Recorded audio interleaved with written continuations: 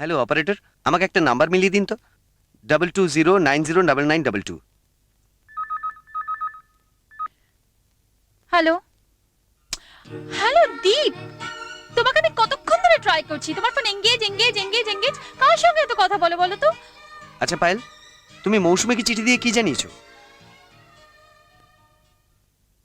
যেটা সত্যি সেটাই বলেছি। কি সত্যি? যে মৌসুমী গোস্বামী আকাশ মুখার্জিকে পাঠিয়েছিল তোমাকে খুন করতে। বাজে কথা, একদমই বাজে কথা। শোনো পায়েল, আকাশ আমাকে মারতে আসেনি। আকাশ এসেছিল আমায় বাঁচাতে। আমায় মারতে চেয়েছিল তোমার বাবার লোকেরা। ছি পায়েল, ছি। তোমার কাছ থেকে আমি এটা আশা করিনি। আজ তোমার জন্য মৌসুমীর কাছে আমি কত ছোট হয়ে গেলাম। I am sorry, I am very sorry Deep. আমি না বুঝে মৌসুমী দিকে কত আজে বাজে কথা লিখে দিয়েছি। আমি সত্যি অনুতপ্ত। দীপ, দীপ তুমি প্লিজ মৌসুমী দিকে বলো যেন যেন আমাকে ক্ষমা করে, প্লিজ। ওকে, ঠিক আছে। তবে একটা কথা খেয়াল রেখো, ভবিষ্যতে মৌসুমী যেন তোমার কাছ থেকে কোনো ধরনের দুঃখ না পায়।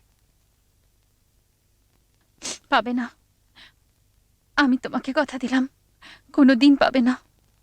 আচ্ছা, আমি রাখছি, ফ্লাইটের সময় হয়ে গেল। দীপ,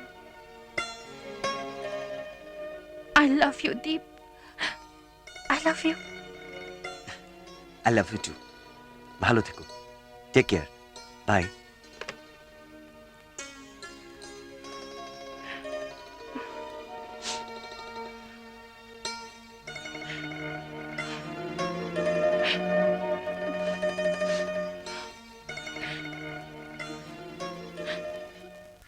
জানিস বাসবি,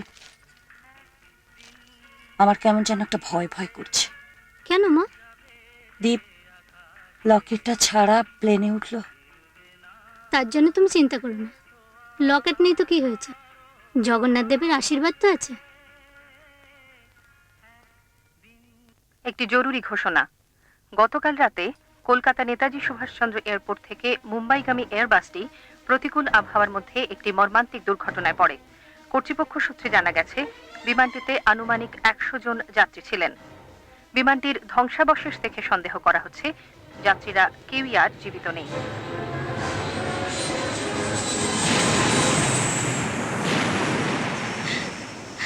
বাসবি, মা, বাসবি, মা,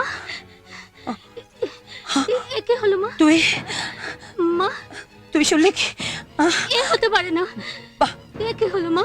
শান্ত হ মা, শান্ত হ, ধৈর্য ধরো। আমার কি হবে? ধৈর্য ধরো মা। লকেটটা ছাড়া কেন গেল? লকেটটা ছাড়া কেন গেল? শান্ত হ মা। বাসবি, আমার কি হবে? আমার কি হবে?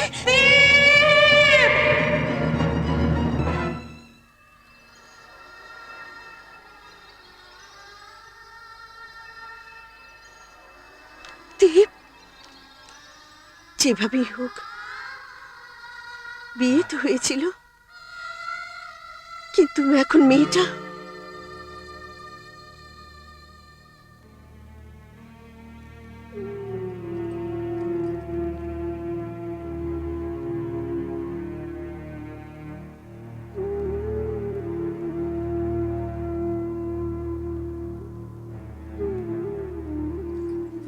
এ কি করেছিস মা? তুই এ কি সেজেছিস? সারা জীবনটা তো এই বেশি থাকতে হবে।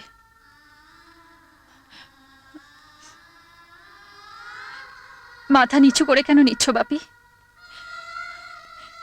দেখো, তোমার মেয়ে পায়েল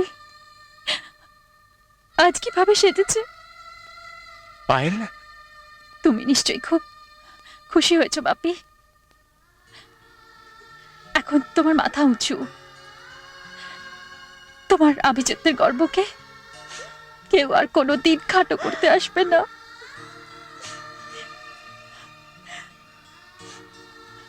মা, আমি চলে যাচ্ছি। কোথায়? তুই কোথায় যাবি মা? জানি না, তবে যেতে আমাকে হবে। এই বাড়িতে আমি আর এক মুহূর্ত থাকতে চাই না। পায়েল, পায়েল শোন, পায়েল শুনে যা। ওগো, ওগো শুনছো? তুমি ওকে আটকাও, তুমি ওকে আটকাও, তুমি শুনতে পাচ্ছ না? না না আমার আমার সে মুখ তো নেই, আমি কি করে ওকে আটকাবো?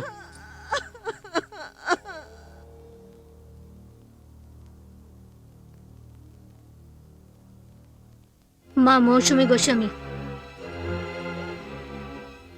তুমি? মাসিমা, আমি আমি ভাবতেও পারছি না যে দীপ আজ আমাদের মধ্যে নেই। কেন? আপনিই তো চেয়েছিলেন দাদার মৃত্যু হোক। এই আকাশ মুখার্জিকে পাঠিয়েছিলেন দাদাকে মারবার জন্যে। না না, এ সত্যি নয়। আহা বাসবি, তুমি আমায় ভুল বুঝছো। আমি দীপকে মারতে নয়, বাঁচাতে গিয়েছিলাম। মিথ্যে কথা।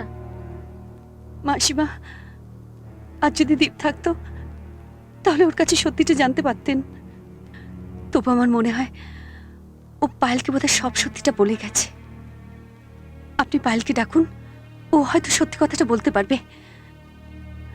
বাসুবি, পায়েল কোথায়? ওর সঙ্গে একবার দেখা করিয়ে দেবে? পায়েল নেই, বাড়ি ছেড়ে চলে গেছে। আমি ভেবেছিলাম এখানেই আসবি।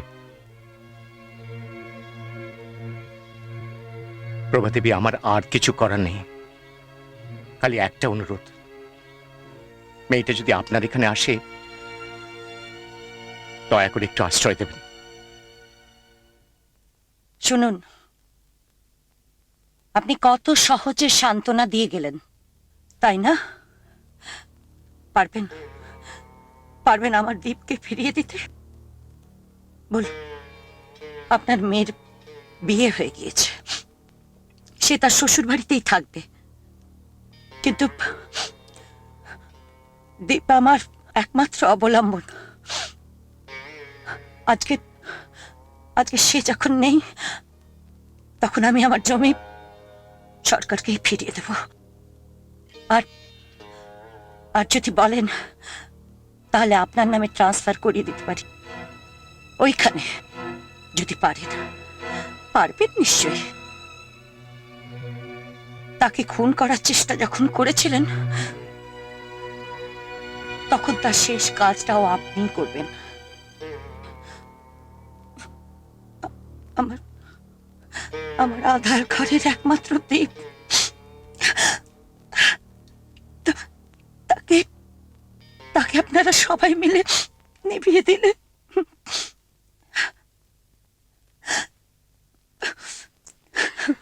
হ্যাঁ, আমি জানি আমি অনেক অপরাধ করেছি জীবনে। অপরাধের বোঝা আর আমি বাড়াতে চাই না। প্রভাদেবী, আকাশ, মৌসুমী দুজনেই নির্দোষ। আকাশকে আমার কাছে আসতে আমি বাধ্য করেছিলাম। না প্রভাদেবী, আকাশ কোনোদিনও দীপকে মারতে চাইনি, বরঞ্চ ও যদি সেদিন না থাকতো, আমার লোকেরা দীপকে বোধহয় মেরে ফেলতো। আকাশ, দীপ কিন্তু তোমার কোনো ক্ষতি কখনো করতে চাইনি। তোমার গলায় ক্যান্সার হয়েছে এই কথাটা আমি রটিয়েছিলাম আকাশ। পারলে আপনারা সবাই আমাকে ক্ষমা করবেন।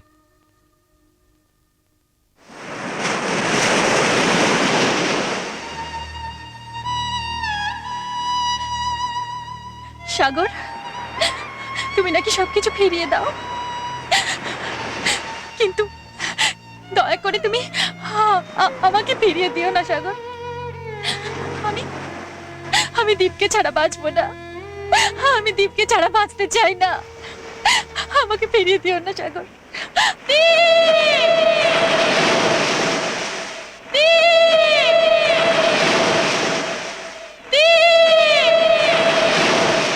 আমি তোমার কাছে আসছি দীপ। দীপ, ছাড়ো, ছাড়ো আমাকে।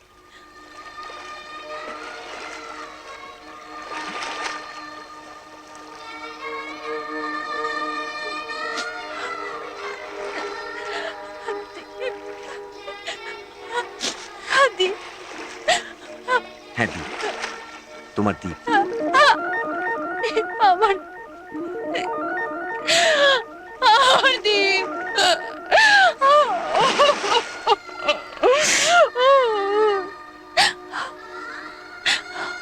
দীপ, তাহলে টিভি আর কাগজে কেন কেন মিথ্যে কথা জানালো দীপ?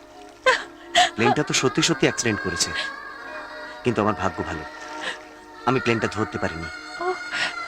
জানো পায়েল, বাবার দেওয়া ওই গিটারটা আমায় বাঁচিয়ে দিয়েছে। কি করে? হোটেল থেকে তাড়াতাড়ি বেরোবার সময় যে ভুল কোনোদিন করিনি সেটাই করলাম। বাবার দেওয়া ওই গিটারটা ফেলে গেলাম, এয়ারপোর্টে গেলাম। এক্সরেতে লাগেজ দেওয়ার সময় মনে পড়লো গিটারের কথা, ছুটে গেলাম গিটার আনতে। এই গিটার আনতে গিয়েই প্লেনটা মিস করলাম। সকালে খবর পেলাম প্লেনটা অ্যাক্সিডেন্ট করেছে। আমি বুঝতে পারলাম তোমাদের মানসিক অবস্থা, কারণ তোমরা সবাই জানো আমি ওই প্লেনেই মুম্বাই যাব। দীপ, আমার পায়েল, দীপ, আমার দীপ, পায়েল, দীপ, দীপ, আমার দীপ।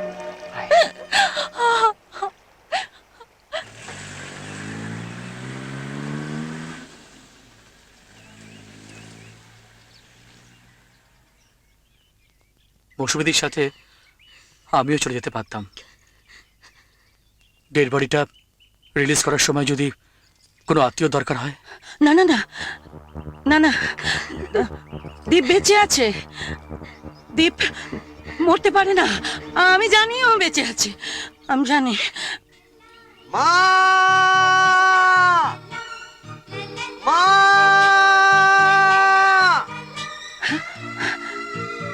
মা!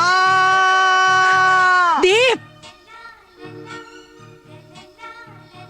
দাদা, মা! মা! কোথায় ছিলিস তুই? আমি যে একেবারে শেষ হয়ে গিয়েছিলাম। মা! শেষ হয়ে- কেঁদো না মা, কেঁদো না, কেঁদো না মা, কেঁদো না। মা জানো মা, বাবার তো ওই গিটারটা আমায় প্রাণে বাঁচিয়ে দিয়েছে, নয়তো আমি সত্যি সত্যি ফ্লাইটে থাকতাম। তোর বাবার আশীর্বাদই তোকে বাঁচিয়েছে, কিন্তু কি করে ঘটলো এই অলৌকিক? সে অনেক কথা, পরে বলবো। মা, পায়েল কি ঘটনা ঘটাচ্ছিল জানো?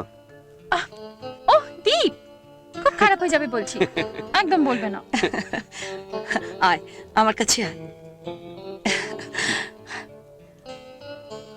কোথায় পেলি তোর দীপকে? পেলাম আবার কোথায়? শোনো, হুম।